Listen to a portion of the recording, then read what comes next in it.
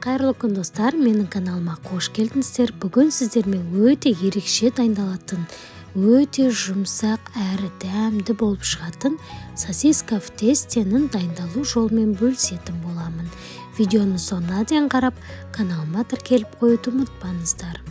Ыдысқа жылы сүт пен жылы суымызды, оған тұз бен қантымызды салып, қант пен тұзымыз ерігенше жақсылап араластырып, ертілген сармай мен қаймағымызды қосып, ашытқымызды салып, тағы да жақсылап араластырамыз. Ашытқымыз толық жақсы араласқан соң барып, ұнымызды салатын боламыз. Ұнды міндетті түрде електен өткізіп салыңыздар, және ұнды барлығын бір дестен салмайтын боламыз, үшке бөліп саламыз. Сол кезде біздің қамырымыз толық жақсы араласып, қамырымыз өте жақсы көтеріліп шығатын болады. Қолымызбен жақсылап осылай қамырымыз жұмсақ болғанша жақсылап илеп шығамыз.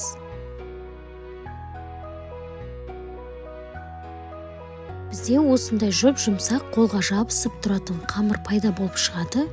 Енді осы қамырдың бетін жауып, жылы жерге 1 сағатқа қалдырамыз. 1 сағаттан соң біздің қамырымыз өте жақсы көтерілген. Енді осы қамырды ыдысымыздан босатып аламыз. Қамырға артық ұн, май себудің қажеті жоқ. Қамыр осындай жұмсақ, өзі қолға әдемі жабысып тұратын қамыр болып шығады.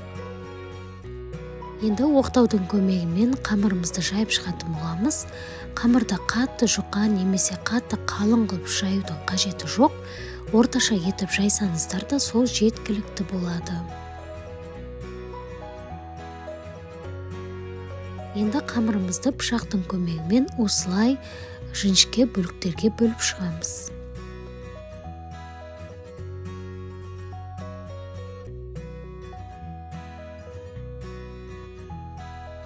Енді видеода көрсетілгендей сосискаға қамырымызды осылай орап шығатын боламыз.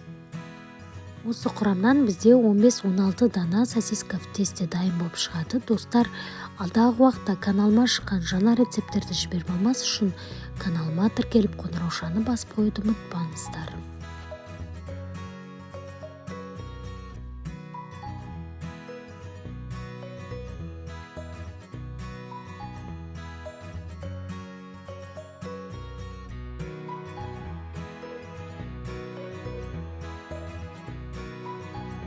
Енді пешке қоятын ыдыстарымызға жайғастырып, үстіне жұмыртқаны сарыуызынан жағып, 180 градус қызып тұрған пешке 30-40 минутқа салып пісіріп аламыз.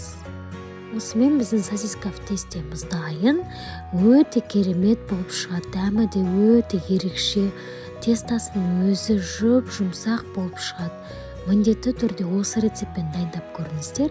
Егер де видео ұнаған болса, лайк басып кетуді ұмытпаңыздар.